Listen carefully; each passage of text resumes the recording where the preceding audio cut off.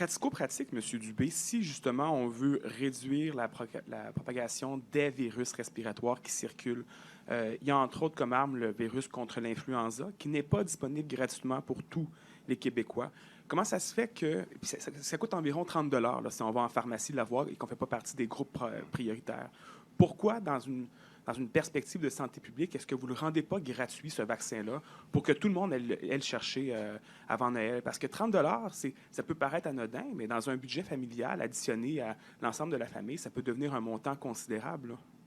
Bien, tout à l'heure, docteur Boileau a bien expliqué que c'était une recommandation du cycle là, de le limiter aux groupes les plus vulnérables. Moi, je suis très ouvert à nous challenger, à défaut de meilleurs termes. L'avez-vous challengé là-dessus? Pardon? Est-ce que vous l'avez challengé? Ben, pas pour le moment, parce que ça a été... des fois, vous me reprochez de ne pas suivre les recommandations de la santé publique. Là, en ce moment, on a une recommandation très claire que les groupes étaient bien couverts, mais je comprends très bien le sens de votre question, mais Dr Boileau...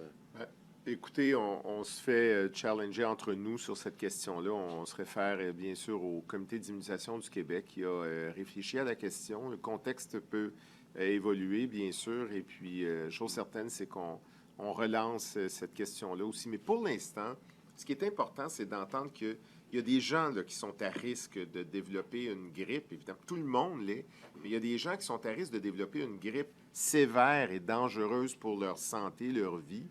Et toutes ces personnes-là sont vraiment couvertes, et même d'une façon plus large. Le plus bizarre, c'est que c'est le premier au Québec qui l'a annoncé, c'est moi, mercredi, en ouverture de Radio Pirate Live. Et ce que je savais au moment de l'annoncer, c'est que la santé publique n'était pas au courant. Parce que c'est une décision qui est 200% politique. Et à la santé publique, moi, je peux te le dire, à la santé publique, tout le monde est en crise. Il l'appelle en partant le faux docteur, là. C'est que justement, eux autres, ils disent, premièrement, on a déjà commencé. Deuxièmement, de où ça vient cette décision-là? Si on se fie à la science, est-ce que ça donne de quoi de donner plein de vaccins à plein de monde qui n'en a peut-être pas besoin? Ça n'a pas d'impact, Jeff. Ben, c'est ça. Parce que les populations vulnérables ils étaient déjà gratuits. Puis c'est eux autres, quand tu te ramasses à l'urgence avec la grippe, tu n'es pas en shape. Là. Non.